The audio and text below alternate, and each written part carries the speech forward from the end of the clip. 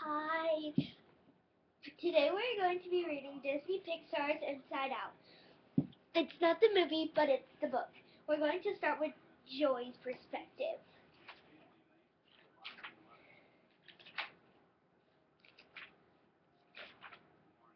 Have you ever looked at someone and wondered what is going on inside their head? Well, I know what's going on inside Riley's head, mainly because I live in it. I'm Joy, one of Riley's emotions. There are 5 of us. Me, fear, disgust, anger, and sadness. We've been with her from the very beginning.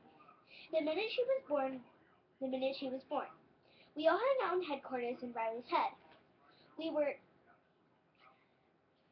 where we take our turns at the control console. The console's like a dashboard of a spaceship, with all kinds of dials, knobs, wheels, and levers. We emotions keep the console to help Riley find the best ways to make the most of each glorious day. Did I say we emotions? I did, didn't I? Okay, well, the truth is that I've always been the one really in charge. Fear, disgust, anger, and sadness are super great and important, but the main goal was always keeping Riley happy, which meant I jumped the console most of the time. After all, why shouldn't Riley have been happy? She had super fun parents who loved her like crazy. She had terrific friends like Meg, and she lived in Minnesota, which is only the coolest place ever to skate and play ice hockey and have the best time in the world. So for a long time, everything was great. Better than great. It was perfect. Then something happened. I'm not saying it was a horrible something. Of course not. But it was something, and it was pretty big.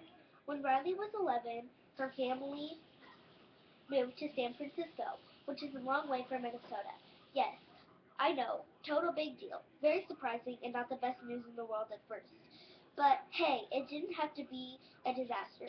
Oh, sure the emotions had a little panic attacks when we first found out. But I knew that mom and dad were making this decision. There was a good reason and we'd all be as happy in our new home as we were in the old one. Our move started out with a road trip, which as you know is the most fun way to spend several days. Yes, Riley was a little cramped sitting in the back seat forever, but you know what? It gave us lots of time to think about our new house, what it would look like. I was so excited to see it. I knew it would have balconies and gables and maybe even a moat we could cruise through in a speedboat. It turns out it wasn't quite like we imagined. It was kind of small and kind of dark. It had the eeniest weeniest little dead mouse in one corner, but it had potential. Once I saw Riley's room, I knew I could dress it up with her butterfly curtains and her hockey slates. And those super cool glow in the dark stars I like to stick on the walls and make everything look like outer space. It would be amazing. All we had to do was get our stuff from the moving van and load it in. Unfortunately, the moving van got lost on its way to San Francisco, and Riley wouldn't have her things for a few days. Everyone was upset. Fear, anger, disgust, and of course sadness.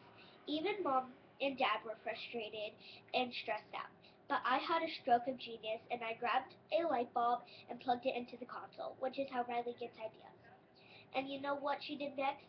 Our girl grabbed a hockey stick and threw a wad of crumpled up piece of paper on the empty living room floor, right near Mom and Dad. Anderson makes her move, Riley said. She's closing in. Riley batted the paper around like a hockey puck, and the minute Dad saw it, he wanted to play too.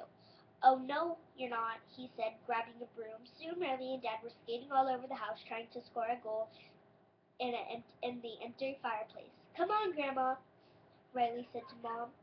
Ha! Mom laughed. Grandma. Then she put up her hair and grabbed a pillow so she could play. So she could play floor on their socks. Playing and laughing so hard, they didn't even care about the missing furniture. As the 3 of them played, a bright yellow sphere rolled into headquarters. It was a memory, a happy memory. When things happen to Riley, new memories are made, and each memory is the color of its strongest emotion. Not to pat myself on the back or anything, but most of Riley's memories come in bright yellow. That's my color, and means her memories are joyful just as they should be. Since Riley does tons and tons of things, memories roll into headquarters all day long. They fill up racks in the back, and at the end of the day, I'd make an announcement. That's what I'm talking about. Another perfect day. Nice job, everybody. Let's get those memories down to long term. Then we pull a lever that sends the spheres down to long term memory for storage. When we want to help Riley remember something, we just call them back up again. That's how it works for basic memories. But there are also core memories. Those are a big deal. Life alerting events in Riley's life are core memories, all stored in the core memory holder, a very special place in headquarters. Each core memory powers a different aspect of Riley's personality. Parts that are so important they grow into their own islands. We can see them through we can see them from the big glass window in headquarters. There's Goofball Island, Friendship Island, Family Island, Hockey Island, and Honesty Island. They're amazing because they're things that make Riley Riley. The memory that rolled and when the family played hockey on the floor was a great memory, but it wasn't a core memory. The moment didn't last. Dad soon got a call and had to leave for work. So what did Sadness say? Oh, he doesn't love us anymore. That's sad. A little overly dramatic, right? And then Sadness wanted to drive the console, which is always a bad idea. Whichever emotion is driving the console, Riley's feeling the most. As I said, I like to drive, but sometimes it makes sense for someone else to take the wheel. For a while, fear keeps Riley safe. Disgust keeps Riley from being poisoned physically and socially. And anger makes sure that things stay fair. But sadness, I'm not actually sure what sadness does. And I've checked, there's no place else for her to go. So she's good. We're all good. It's just best if she doesn't drive. When Sadness tried to drive the console after Dad left, I may have kind of sort of blocked her way a bit.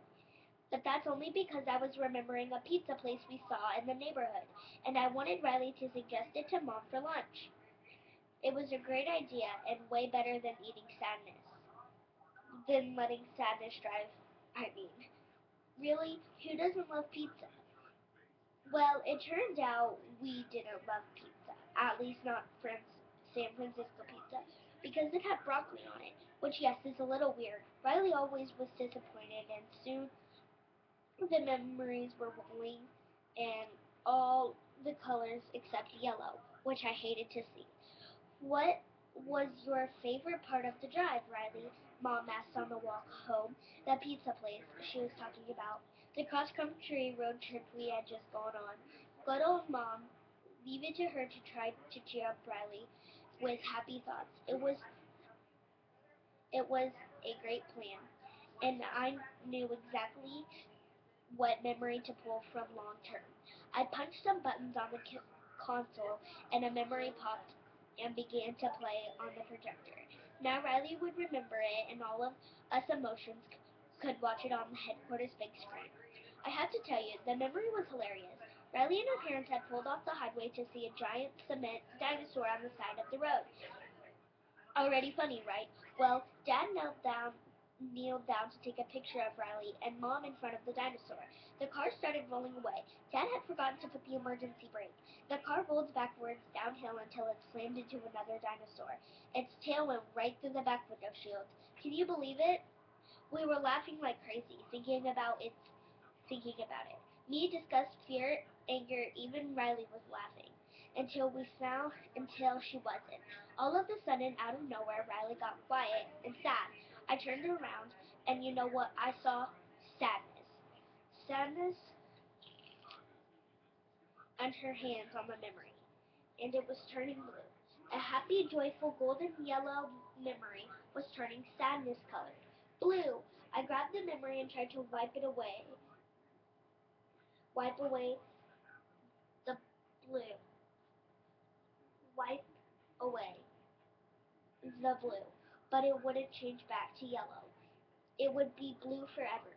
Whenever Riley thought about that time with the dinosaur, she wouldn't feel happy anymore. She'd feel sad. I couldn't believe it. Nothing like that had ever happened before. When a memory is happy, it's supposed to stay happy. I didn't like it one bit, but I didn't have time to think about it. Riley was sad and needed to make her happy.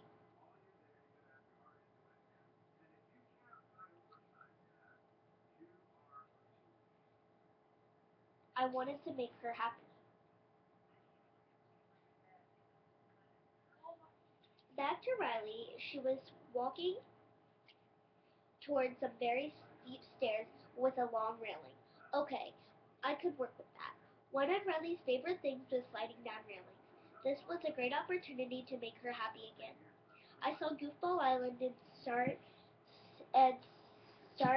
up as Riley sat down. As Riley sat down,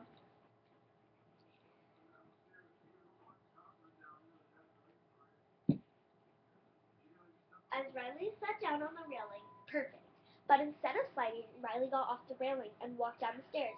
Walked when she could have slid. What is going on? And then I heard something rolling on the floor behind me. I looked down. It was unbelievable. I was sure I had to be imagining it. A core memory, Fear cried. Yes, a core memory, sitting on the floor, out of its holder. We all knew what that meant. We ran to the window. We ran to the window and saw Goofball Island go dark.